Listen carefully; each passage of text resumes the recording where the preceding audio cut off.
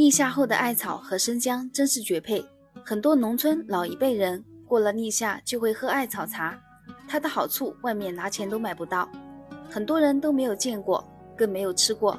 艾草搭配生姜，作用实在太厉害了。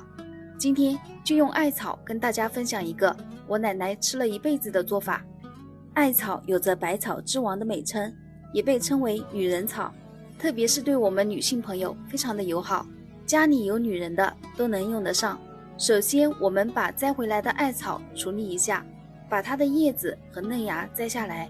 艾草的种类有很多种，像这种我们这边也叫艾蒿，3、4月份还是嫩苗的时候，我们都会用它制作青团、艾米果，非常的好吃。艾叶摘下来后倒入水盆中，加入1勺食盐、1勺小苏打，先给它浸泡5分钟左右，再给它搓洗干净。加入食盐和小苏打，可以很好的洗掉艾草表面的虫卵和杂质，再用清水多冲洗几遍。洗干净后捞出，放入沥水篮中，沥干表面的水分。接下来准备1块生姜，先用清水把生姜皮打湿，再撒1勺食盐，把生姜皮反复的搓洗一下。老话说冬吃萝卜夏吃姜，天气越来越热了，适当吃一些生姜，对我们女人好处多多，而且生姜带皮吃，它的作用会更好。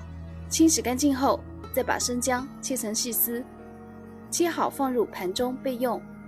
再准备1碗大米，淘洗干净后控干水分，再把大米倒入锅中，小火慢慢炒干表面的水分。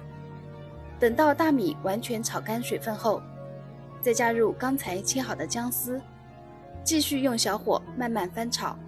注意全程都要使用小火，大家多点耐心哦，一直炒到姜丝变软，大火颜色微微发黄，像这个样子。我们再加入艾草一起翻炒。刚刚加入的艾草水分比较重，大米就会附着在艾叶表面，没有关系，多点耐心，一直不停的翻炒。